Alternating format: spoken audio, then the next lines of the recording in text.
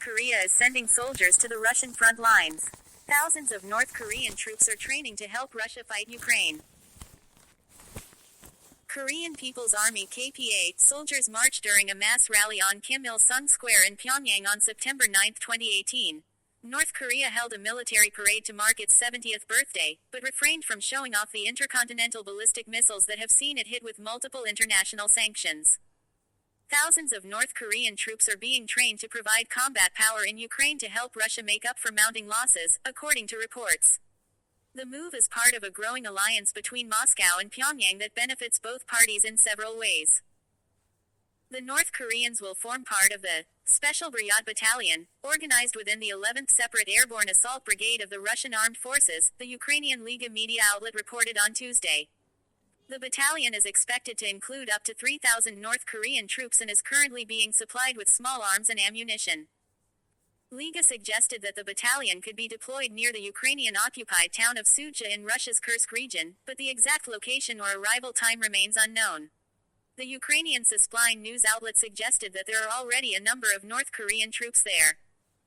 Meanwhile, North Koreans could also find themselves fighting on Ukrainian soil, Andriy Kovalenko, head of Ukraine's Center for Countering Disinformation, said on Telegram.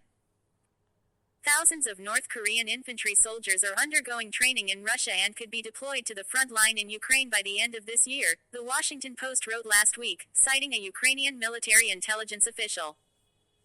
The official said North Korean officers are already on the ground in Russia-occupied Ukraine to observe Russian forces and study the battlefield, but Kyiv hasn't seen any North Korean units fighting yet, the Post reported.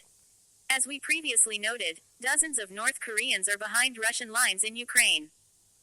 They are operating in teams that support launcher systems for KN-23, short-range ballistic missiles, a source in Ukraine told The Guardian last week. North Korea began supplying Russia with those missiles, also known as Hwasong-11s, but about half were defective, according to an analysis from Ukrainian state prosecutors. One report claims that 10,000 North Korean troops have been dispatched to assist Russia. North Korean troops, as we previously noted, have already been killed in Ukraine. While Kremlin spokesman Dmitry Peskov on Thursday dismissed claims of Pyongyang sending military personnel to fight in Ukraine as a hoax, Ukrainian President Volodymyr Zelensky insisted that it is happening. We see an increasing alliance between Russia and regimes like North Korea, Zelensky said during his evening address on Sunday. This is no longer just about transferring weapons. It is actually about transferring people from North Korea to the occupying military forces. Obviously, in such circumstances, our relations with partners need to develop further. On Monday, Russian President Vladimir Putin submitted a draft law to the Russian State Duma seeking ratification of a strategic partnership between Moscow and Pyongyang, hammered in June. It calls for each side to provide military assistance to each other in the event of war.